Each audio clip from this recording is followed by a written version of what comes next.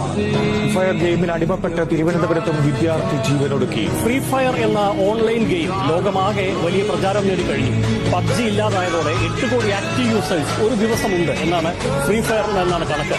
നിയമപരമായി വിലക്കില്ല ഗെയിമിന്.